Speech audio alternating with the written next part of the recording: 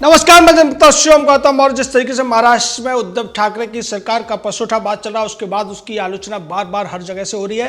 लेकिन आज पूर्व मुख्यमंत्री देवेंद्र फडणवीस ने जिस तरीके से विधानसभा सत्र के दौरान महाराष्ट्र सरकार को धोया है, महाराष्ट्र सरकार को उठा उठाकर पटका है, उसके बाद ऐसा लगता है कि उद्धव ठाकरे को आज नींद नहीं आने वाली है। उद्धव ठाकरे और देवेंद्र फडणवीस पुराने मित्र रहे हैं और उद्धव ठाकरे आज इस बात को बार बार सोचेंगे कि मेरे दोस्त देवेंद्र फडणवीस ने आज इतनी बेइज्जती क्यों की और क्यों इस तरीके से महाराष्ट्र सरकार की पोल खोली। दरअसल आज देवेंद्र फडणवीस विधानसभा के सत्र के दौरान बोल रहे थे और उन्होंने दो मुद्दे उठाए, अर्नब गोस्वामी की गिरफ्तारी का और दूसरा कंगना रनौत के घर को तोड़ने का। इसको लेकर पहले तो सत्ता पक्ष की तरफ से बार बार डिस्टर्बेंस किया गया, रोकने की कोशिश की गई। अनिल परब जो कि संसदीय कार्य मंत्री है, उन्होंने भी बीच में आने की कोशिश की, लेकिन देवेंद्र फडणवीस ने कहा कि चूंकि मैं सुप्रीम कोर्ट के आदेश का हवाला दे रहा हूं और सुप्रीम कोर्ट के आदेश का हवाला देना कोई गलत नहीं है। देवेंद्र फडणवीस ने गर्जना की कि ये पाकिस्तान नहीं महाराष्ट्र है और यहाँ पर लोकतंत्र चलेगा, तानाशाही नहीं। जिस तानाशाही को हम पसोठावाद के नाम से आपको बताते हैं, उस पसोठावाद के खिलाफ खुले तौर पर चुनौती दे दी देवेंद्र फडणवीस ने और उन्होंने कहा कि ये कानून का राज्य है, यहाँ पर कानून का राज्य चलेगा। किसी भी व्यक्ति या किसी भी समाज की लोकतंत्र में तानाशाही हम बर्दाश्त नहीं करेंगे। तानाशाही पाकिस्तान में चल सकती है, भारत में नहीं, और खासकर महाराष्ट्र में तो बिल्कुल भी नहीं। उन्होंने कहा कि ये जो सरकार है, जिसे महाविकास अघाड़ी के नाम से जाना जा रहा है, ये महा तानाशाही सरकार बनती हुई दिख रही है, क्योंकि इसके जो दो उदाहरण मैं दे रहा हूँ। अर्नब गोस्वामी ने जिस तरीके का अभियान चलाया था, जिस तरीके से सवाल पूछे थे उद्धव ठाकरे जी से, आदित्य ठाकरे जी से, उन सवालों से इतने ज़्यादा ये लोग परेशान हो गए कि अर्नब गोस्वामी के खिलाफ इन्होंने खुलेआम ये बयान देने लगे और उसे जेल में डालने की बात करने लगे।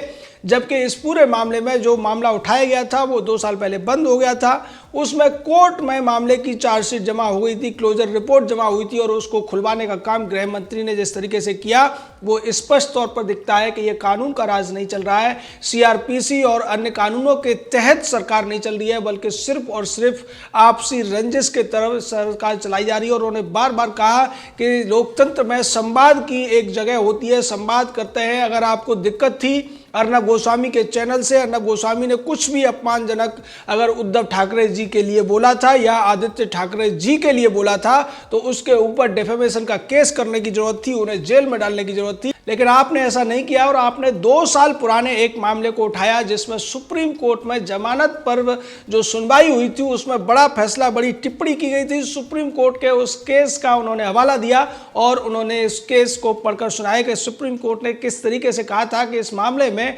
3 जो टेस्ट होते हैं प्राइमा फेसिली, जो सेक्शन 306 है आईपीसी का, उसको अप्लाई करने के लिए वो तीनों ही टेस्ट में ये मामला नहीं बनता है। यहाँ पर प्राइमा फेसिली जो एप्लीकेंट्स हैं, यानी कि अर्नब गोस्वामी और फिरोज शेख और दूसरा जो नीतीश शारदा, इनके खिलाफ अबेटमेंट टू सुसाइड का केस इतनी आसानी से नहीं बनता है। हालांकि इसकी सुनवाई अभी होनी है, हम उस पर कोई निर्णय नहीं दे रहे हैं, लेकिन प्राइमा फेसिली हम एक ऑब्जर्वेशन दे रहे हैं और उस ऑब्जर्वेशन के आधार पर अर्नब गोस्वामी की जो गिरफ्तारी थी उसको टाला जा सकता था। अर्नब गोस्वामी के वकील ने भी जब उनकी गिरफ्तारी हुई थी, अर्नब गोस्वामी की तरफ से भी यही कहा गया था कि सुप्रीम कोर्ट ने जब ये कहा है तो इस मामले को ध्यान से देखे जाने की जरूरत है। लेकिन चूंकि इस मामले में हाई कोर्ट से चूक हुई थी, हाई कोर्ट ने उस पूरे मामले की जो एफआईआर थी उसको नजरअंदाज कर दिया था, जिसका संज्ञान सुप्रीम कोर्ट ने लिया था और उस मामले में अर्नब गोस्वामी को जेल में डाला गया, जिसको कि सुप्रीम कोर्ट ने यह माना था कि ये प्राइमा फेसिली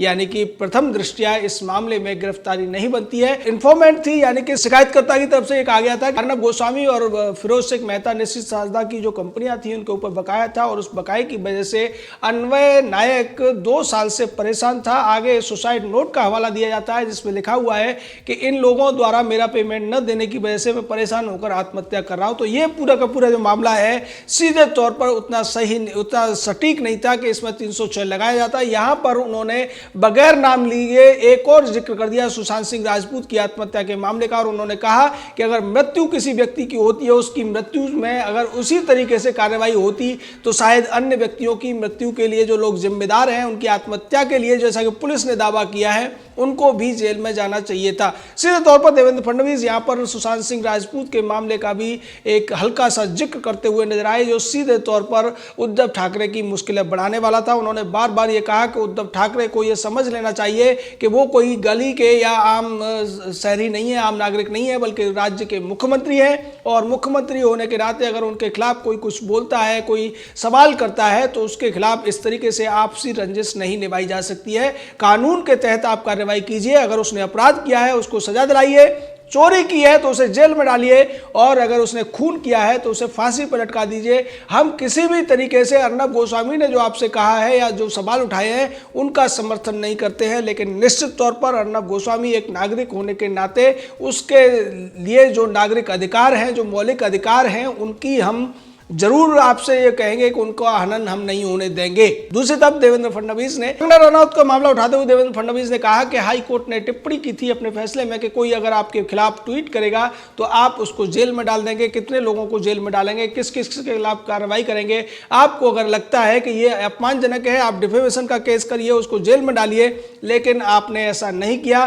कंगना रनौत ने आपके खिलाफ कुछ बोला और आपने सीधे तौर पर उसका मकान तोड़ दिया। इसको लेकर अनिल परब जो संसदीय कार्य मंत्री है, उसने फिर से ऑब्जेक्शन लेने की कोशिश की, उसने इंटरप्शन करने की कोशिश की। इसके ऊपर फिर देवेंद्र फडणवीस ने नाना पटोले जो कि विधानसभा अध्यक्ष है, उनको साफ साफ कहा कि इस तरीके से बातचीत नहीं होगी, लोकतंत्र में मुझे बोलने का अधिकार है, अगर इन्हें जवाब देना है ये बाद में जवाब दे सकते हैं, इस तरीके से बहस नहीं कर सकते।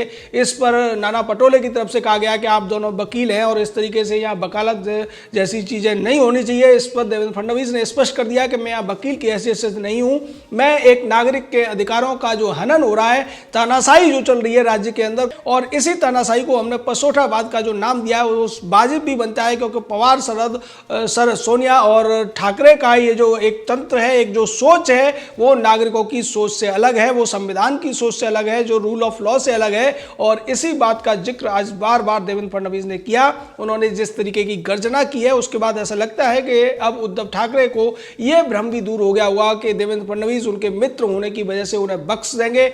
आज उन्होंने किसी भी हालत में नहीं बख्शा। उन्होंने बार बार कहा कि कंगना रनौत का घर आपने तोड़ा। इस पर अनिल परब की तरफ से कहा गया कि यह शिकायत पहले से थी और पहले से मामला पेंडिंग था।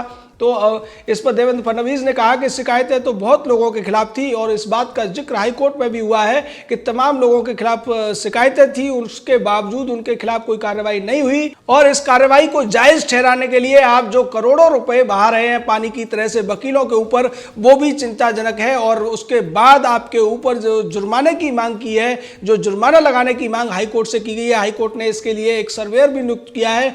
अब आप सोचिए कि इससे आपका फायदा हुआ या नुकसान। और इन दोनों ही स्थिति में जो छवि है उद्धव ठाकरे की, जो कि महाराष्ट्र के मुख्यमंत्री है, आप किसी पार्टी के मुख्यमंत्री नहीं है, वो आप हमारे राज्य के मुख्यमंत्री हैं। अगर आपकी छवि धूमिल होती है तो हमें भी दिक्कत होती है। आपको राज्य के मुख्यमंत्री की गरिमा का सम्मान करना चाहिए, आपको गरिमापूर्ण तरीके से नागरिकों से व्यवहार करना चाहिए। अगर आप बात कर रहे हैं अर्नब गोस्वामी के लिए, मैं क्यों बोल रहा हूं, अर्नब गोस्वामी ने मेरे खिलाफ भी अभियान चलाया था। जब मैं अमेरिका में इन्वेस्टर मीट के लिए गया था, तब अर्नब गोस्वामी ने तमाम सवाल उठाए थे मेरे ऊपर और तमाम आरोप लगाए थे। मैंने उनके खिलाफ कोई कार्रवाई नहीं की, मैंने भारत में आकर उनको जवाब दिया, और जवाब भी शालीनता के साथ दिया। हमने कोई भी इस तरीके की कार्रवाई नहीं की। आप हमारे साथ थे सरकार में, तमाम लोग हमारे ऊपर आरोप लगाते थे, तमाम उल्टी सीधी बातें करते थे, हमने किसी को जेल में नहीं डाला और हमने जवाब दिया। और यही लोकतंत्र का एक प्रक्रिया है कि अगर कोई पद पर बैठा हुआ व्यक्ति है, उसके खिलाफ कुछ कहा जाता है, उसको संयम से काम लेना चाहिए। और चूंकि जनता हमें चुनकर भेजती है, जनता को तमाम अधिकार हैं, लेकिन हमें वो अधिकार नहीं है कि हम जनता की तरह से बदले की भावना से कार्रवाई करें, लोकतंत्र का सम्मान न करके तानाशाही चलाएं। बार बार इस बात को कहते हुए उन्होंने स्पष्ट कर दिया कि ये पाकिस्तान नहीं है, ये महाराष्ट्र है। इन सारी बातों का जिक्र करते हुए उन्होंने स्पष्ट कर दिया है कि वो किसी भी हालत में शिवसेना, एनसीपी और कांग्रेस की तानाशाही को बर्दाश्त नहीं करेंगे, उसका विरोध करते रहेंगे। इसको लेकर जिस तरीके की बातें की गई कि हमारी हाईकमान से ऐसी बात आई बताइए, आप सुप्रीम कोर्ट के आदेश को भी हाईकमान का आदेश बता रहे हैं। सुप्रीम कोर्ट देश का सर्वोच्च न्यायालय है, हमारी हाईकमान नहीं है, और उसके आदेश को आप इस तरीके से जुटला नहीं सकते। इस पर अनिल परब ने यह कहा कि हम इसको रिव्यू पिटीशन फाइल कर रहे हैं और यह आदेश कोई फाइनल आदेश नहीं है। इस पर देवेंद्र फडणवीस ने कहा कि अभी तक आपने रिव्यू पिटीशन नहीं फाइल किया और रिव्यू पिटीशन के बाद जो चर्चा होगी जरूरी नहीं कि उसमें आपकी बात को मान लिया जाए, इसलिए अभी ये जो आदेश है ये सर्वमान्य है, इस पर आपको मानने की जरूरत थी, लेकिन उसके बावजूद आपने चार्जशीट दाखिल की। चार्जशीट में आरोपी बनाया गया और इस तरीके से आपने सुप्रीम कोर्ट का भी अपमान करने की कोशिश की। आप संविधान का अपमान कर रहे हैं, आप सुप्रीम कोर्ट का अपमान कर रहे हैं, आप नागरिकों का अपमान कर रहे हैं। यह महाराष्ट्र में नहीं चलेगा, क्योंकि यह महाराष्ट्र है, पाकिस्तान नहीं। यहां लोकतंत्र है, तानाशाही हम नहीं चलने देंगे। जय हिंद, जय भारत।